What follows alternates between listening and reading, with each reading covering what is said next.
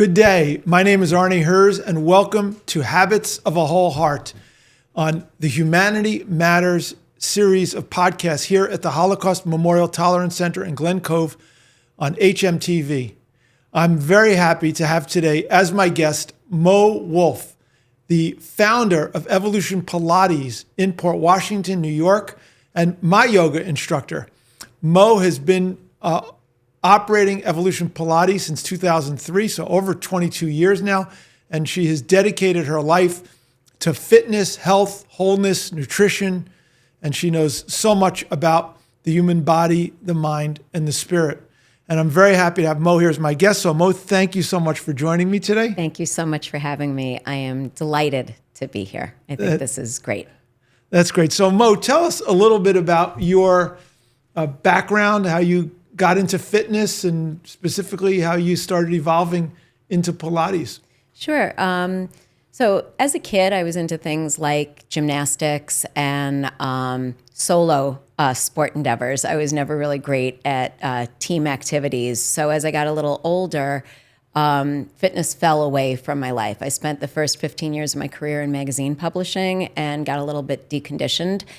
And when I moved to California, my husband at the time had herniated some discs in his back, and Pilates was recommended as his physical therapy. And I tried it, and from the first time on the reformer, it was like love immediately for me.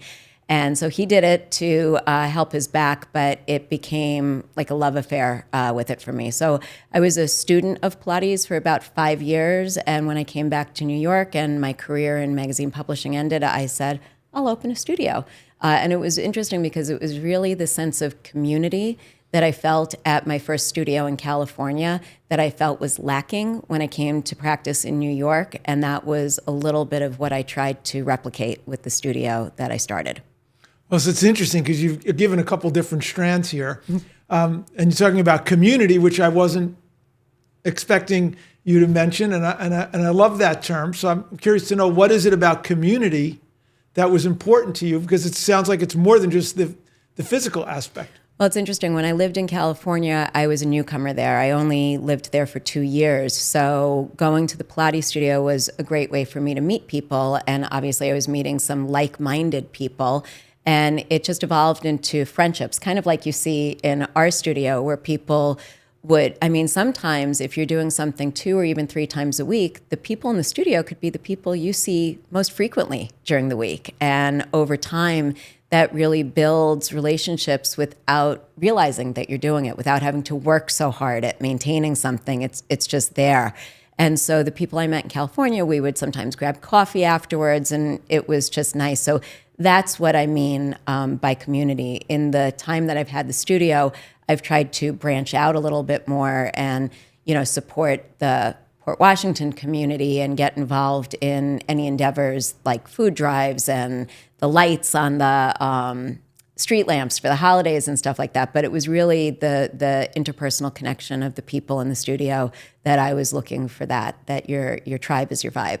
So I like that. Your tribe is your vibe. You think about Pilates, it's like an internal exercise, right? You're just focusing on you, you're focusing on your body. As you said, it's not a team sport.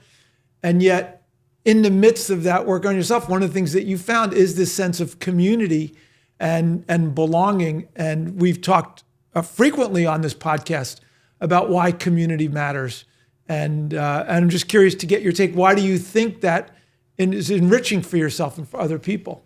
Well, for me, I love to see individual people's journeys. Like you're a perfect example of seeing your journey from when you first came to us to now and how it's become a part of your life. But one of the things I loved doing most was helping people get out of pain. So if a client came to us in pain and suddenly they were not, and that was what kept them going, that was almost a little bit more engaging for me than the person who wanted to come just to say, oh, I do Pilates because, it's the thing that's in vogue. So right. Something where it can really make a difference in people's lives. I like to think that our bodies are the only place we have to live, basically, for our time here on Earth. And we have been very negligent with them, from the way that we eat and our lifestyle habits and just people feel broken and in pain. So Pilates for me was a way to help that. I saw it myself in my own body. I saw it with my ex-husband, and I see it day to day with clients who feel better when they walk out than they did when they came in. And that makes it magic for me. Yeah, it sounds amazing. And it's so profound that you don't even think about it. It's the only place we have to inhabit. That's right. That's what you said, and it's true. And so how do we take care of this vessel that holds our consciousness, our life? And we take it oftentimes for granted and abuse it and don't respect it. And when you move someone towards more optimal health, what's that impact on the mind? So Joseph Pilates felt that physical fitness, it's one of his famous quotes, physical fitness is the first requisite of happiness. And I do believe that there's a tremendous amount of truth to that. That's not to say that people who are not fit or have some sort of disability can't be very happy individuals. But if you are in pain constantly or everything you try to do is a struggle, that's going to impact your happiness. So he meant for Pilates, I mean, I think he would be shocked to see what it's become. He meant for it to be something that allowed you to live your life with zest and joy, like the daily things that you had to do. And back in like the 1930s, when he was writing his books and everything about this, he was already then bemoaning the ills of modern society and how bad it is for our bodies. You know, we're just less fit than when we had to be hunter-gatherers. Society is evolving in a way that evolution doesn't keep up with. So we're very deconditioned, and he would rail against the beds, the chairs, all of those things. And I was like, if he could see people with their tech neck now, it would be crazy. So it's just realizing that we weren't really meant to live the lifestyles we live now and to get people back into their bodies a little bit more consciously. And it sounds like what you're saying is that by the way we live, it's depleting energy, and we're not living with the zest and joy that's possible. And when you have your body filled with energy and it's healthy and there's nothing that's holding it back, it gives you that energy, or it's not taking away energy in different places. I certainly have experienced that from myself. And so it sounds like, going back, you really enjoy helping people find a deeper level of awareness within their body to heal and to allow the energy to flow so that they have what they need to be able to be productive in their own lives and productive members of society. Yeah, it's great. I mean, a lot of times we'll ask someone when they come in, what's your goal? What are you looking to do? And it's not always, well, I want to lose 10 pounds or I want to do this, because Pilates is not for weight loss. Sometimes I'll say it's a snowball effect. They start working out, they feel better, and then they make other changes that result in weight loss. But Pilates per se is not really what does that.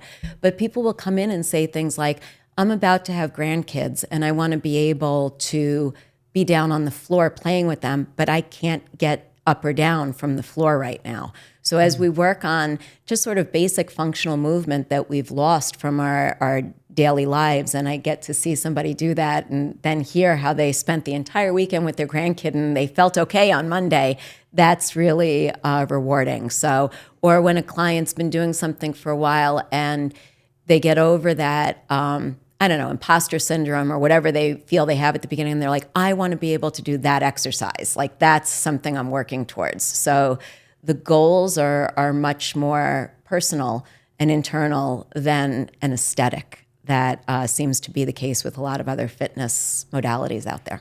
Right. And you're saying there are people with Pilates or with anything who are doing it because it's the thing to do. But my sense is that, Pilates is pretty rigorous. Yes. It's not what I expected. And, my wife, Suzanne, made fun of me for doing it for all these years because she had an impression it was like a mom's exercise, not, a man's exercise. And I kept doing it, and she was making fun of me until she started taking Pilates about 6 months ago. And she has been stunned at how hard it is. And now she realizes, wow, now she's impressed with what I've been doing. I know Anya told me today that she's looking for a second time slot for her to come in. So that's great. It's funny, people don't realize that Pilates is named after Joseph Pilates, who was in fact a man. It became this sort of female-centric thing because when it got in vogue in New York, Balanchine would send a lot of the ballet dancers to Joe Pilates for rehab. So they would get injured and then they would do Pilates and it improved their ability to dance. So it helps you do the things you love to do better. That's great. You know, one of the exercises I see that we've been doing lately in Pilates is to start off the session with your hands crossed, put one leg behind the other and sit down real slowly without just plopping down. And it's unbelievable how hard that is for someone like me who's 63 years old, and you just take it for granted, but you realize how important this is. The body control, the balance, the core strength, everything that's required is quite rigorous. I just have a technical question about Pilates. So I've been doing it now, and we'll get into a little bit more about how I started doing it, but I've been doing it now for 10 years. And it's not getting any easier. It's getting harder and harder. And so what's that all about? Because I'm not happy about that. That means you're doing it correctly. So Pilates is unique in that your first session should be your easiest session. And then it gets harder as you get better. So you've probably noticed through the years, we don't change the weight. We don't change the spring setting. Nothing changes in the exercise you're doing. What changes is your execution of the exercise. So take the 100, for example, and when you first started, you might have started with your legs up to 90 degrees. And as you get stronger, you bring them to 45. And as you get stronger, the goal is 2 inches off the mat. So you're always progressing, but from the same benchmark. It's a little bit like Ashtanga yoga in that way, that you're repeating the same thing over and over again, so you can tell and mark your progress. So some people might think that that's like boring, but it doesn't, because it kind of changes every time as you change. So for someone like you, you've been doing it for 25 years, and you're an expert at Pilates. Does it come a point in time where you say, okay, I got it here. It's not any harder, not any easier. Like when I'm doing weightlifting, I got the same weight that I'm doing, and it's not getting harder. It's not getting easier, but it's not getting harder. I'm right at that threshold. Right. No, it actually never does. So one of the things I pride ourselves on in our studio is that we are like a studio of forever learners. You know, all of the teachers continue to take lessons with each other and with other teachers. And I strive to always take lessons with teachers who are better than me, who've been doing it longer. And it doesn't get easier. And when, you know, and I too, I'm 59 this year. So some days my body's willing to do something and other days it's not. And so working through injuries and, you know, if you gain weight or if you lose weight, then kind of recalibrating yourself in the same exercise, it never gets easier for us. So, and their exercise, you know, there's over 500 exercises in Pilates, and there are a lot that we tend to neglect over time. And so then you're like, oh gosh, I haven't done that exercise in a long time. Let me do it. It would be impossible to do all the exercises every day. When we go back to those, they're hard. They're really hard. I mean, right now the girls are working on pull-ups and handstands and back bends, and it's like, it's crazy. But then if you stop doing it for 6 months, they're back to square one. So. Right. Wow. So let me just try to connect the dots here. Sure. It's very hard. Yes. You can never master it, and you love it. Yes. Now, in Western civilization, those things usually don't go together. If something's hard and impossible to master, people usually don't like it. They may do it because they feel like it's good, and right? So I could get into doing the exercise. I'm going to eat my vegetables. I'm going to do that, but I don't love it. I'd rather have the ice cream. So how do you love it? Like, where does the love come from? What is it that you love about it? What I really love about it, so Pilates is considered a mind-body exercise in a different way than yoga. So yoga, you may sort of clear your mind or find your drishti and try to clear your mind as you hold a posture. In Pilates, you're asking your body to do like 10 different things at once. You know, we talk a lot about this two-way stretch. So things are happening in opposition. And when you are concentrating that hard on the signals that your brain is sending to your body, you can't think about anything else. You can't think about the 10 emails you have to reply to or the shopping lists that you have to do or that your registration is up on your car. So for those 50 minutes, your mind goes blank, but in a different way than meditation. And for like a type A personality like myself, that was great. I needed that, a sort of forced way to clear my brain. Since I started, I'm trying to work on others, but I still can't meditate. I'd have to do like walking meditations and things like that. So that's kind of what it appeals to me. I always say it's a practice. It's not a perfect. I don't expect to ever be perfect at it. And the way I progress my Pilates journey is being a teacher trainer, teaching the next generation of people to do. Not that I'll ever be able to do every exercise, but I'll be able to teach people how to do every exercise. I love that, because you're not waiting to get to some place of perfection. And this is so important, is teaching others what we've learned to be able to pass it on. I love what you were saying about how it forces the mind. It's the opposite of meditation. Instead of clearing your mind, you're fully focused. I'll put it in my words of how the heck do I get through this exercise? Like some of the things that you guys ask for, it's like impossible. Like stretch your legs this way, but don't shorten the springs. And you're thinking to yourself, it doesn't work that way, but it does. That's if you right. really focus on it. So I think that's... I remember once somebody asked me to do an exercise, one of my teachers, and I looked at him and I was like, it's like you're asking me to wiggle my ears. I don't even know how to do that, like how to get, and then you figure it out, practice, and then you get progress. And it shows that we're capable of much more than what we think we're capable of. Much more than we think we're capable of. That's one of the things that I hear consistently from people, is that I tend to ask them to give more than they think they're capable of giving, and then they rise up to the challenge. And that's a very gratifying thing for people to experience, to feel like, I didn't think I could do it, and then I did it. So it really makes people happy. It's a lot of our clients sort of joke around and say it's their happy place. It's where they come because they feel happy, but it's really not us that's doing it, it's them. It's when they rise to the challenges or they meet expectations that it's a sense of pride. So what do you think, I know we talked about it a little bit, what do you think the connection is between physical fitness and the mental side? And because you've studied a lot in this arena. Like how do you come in and you're maybe a little distracted and frantic and you do a Pilates class.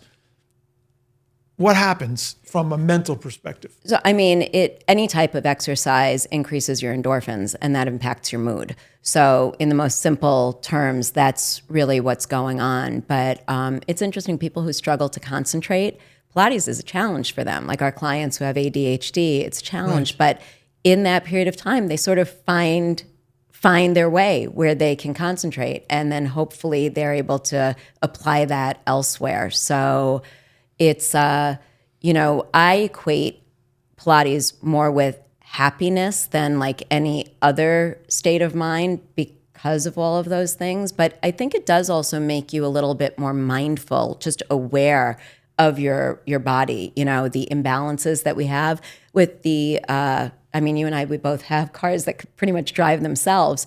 So you don't have to turn over your shoulder to look anymore.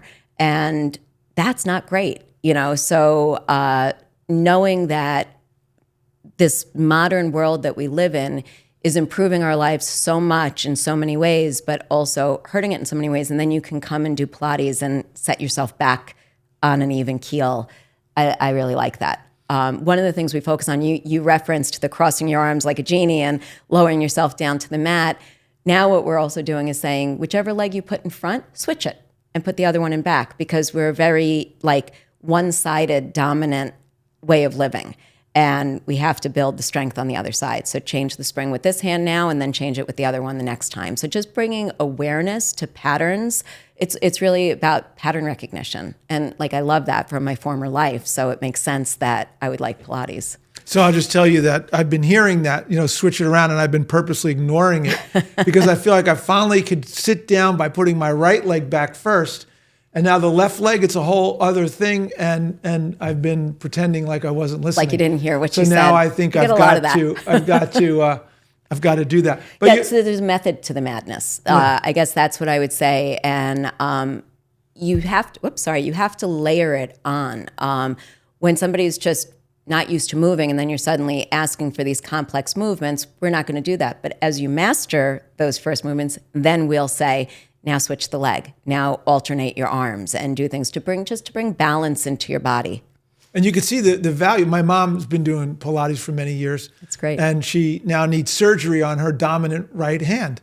So having an ability to use your left hand is important because you also see how it's important. We have a whole body. We should be able to use everything in a integrated way. I like what you said too about the ADHD, because everybody in some way we're living in a world inundated with so much information. It's moving fast, it's furious. How do you maintain your calm and your focus in the midst of all this? And I think when you're in a Pilates exercise and all this stuff is being thrown at you and it forces you to focus, it starts building that muscle of keeping a certain center without getting caught up in everything on the outside. Yeah, I feel like it kind of narrows your focus when you're you have to stop looking at everything that's around you and kind of bring everything inward in order to do some of the things. And that is a skill that can be built like a muscle, like anything else. It's interesting because we want the clients to be able to do that. And then as teachers, we want to be seeing everything that's going around in the studio. So if you've got an apprentice on one side, maybe doing the wrong spring. So it's interesting because it's a very different experience when you're doing it and then when you're teaching it, and then switching that role when I myself am the client and I have to focus in and I can't watch what everyone's doing because now I'm the client. So, which brings me to another point, which I thought about. During COVID, we couldn't go to the studio, and yet everything shifted online to Zoom. And I was just sharing with Suzanne how and it was all mat exercise, how I got into the best shape during COVID because of Pilates. That was my main exercise. I was doing it 5 days a week. And yet the instructors were able to tune into what was going on. It was a different modality. And I don't know, I'm curious if you get your take on that. Yeah, it's interesting. So because so many of us, like my teachers are in California and Florida and all over. So prior to COVID, we were on Zoom all the time. So we were used to it as a way of teaching. But one of the things that I love teaching that way is it's that same thing of narrowing that field of vision where you are just looking at the screen and the body in front of you, and you see things in such a different way that you probably noticed when you were doing on Zoom how much clearer the instructor's instructions were, right? Because we don't have the gestures, because we don't want you turning your head to look at the camera while we're doing it. So you have to really find the words and you have to strip away all the excess. You know, there's a saying that I love, which is something along the lines of, if I had more time, I'd write a shorter letter. That less really is more. It's something that I believe in. I'm a minimalist in my personal life. I even have like this on my arm, which is the symbol for less is more. And if you're honing in on the essence of what something is, you do it with as little force as you need to, whether it's the exercise or the instruction. Yes, I was just talking about this the other day. Winston Churchill, I'm paraphrasing, said something to the effect that to give a 1 hour speech takes no preparation. To give a 20-minute speech takes 3 hours of preparation. Very true. It's very true. That's the thing that the newer trainees struggle with the most is getting out of their way with their words. You know, they're full of like, and now you're gonna, and then do this, instead of just saying, sit down, bend your knees, pick your head up. You know, like I always say, it's sort of like you want to feel like you're training a dog, but of course our clients are not like dogs that are training, but you have to speak crisply, clearly, and say the most important thing. I love that. That's great. So we're running out of time on our first episode. I'd love to have you on for a second episode. I'd love that. And I think for the second episode, I as you could see, this is just a conversation where very little preparation. I had prepared some questions that I thought I'd sent Mo, and turns out I didn't. So but this is what the podcast is. It's a conversation and on topics of importance to me, which is helping people develop to become the best that they could be. And I think the next episode will be really interesting to focus in on the therapeutic aspects of Pilates, what really inspired Joe Pilates, and also talk about situations of people who had chronic illness and real serious issues and how Pilates helped them. And then to also talk to people about how to start, because maybe it seems very overwhelming. Where do I start? How do I get started? And how do I deal with looking foolish? Or if I'm a guy and I don't want to do it, like, how do we get over that stuff? That'd be great. So so all you listeners, please stay tuned for our next episode with Mo Wolfe on Habits of a Whole Heart. And this brings this first episode with Mo to a close. Mo, thank you so much for being my guest. Thank you and for so sharing much. your wisdom and experience as a healer, as a Pilates instructor, and bringing your zest and joy into what you do. And to our audience, once again, my name is Arnie Herz. This is Habits of a Whole Heart as part of the Humanity Matters series on hmTv. And you can find this podcast on YouTube, Spotify, and all the major outlets. Please follow us. And this podcast series is really making a huge impact. Thank you very much, and stay tuned for the next episode.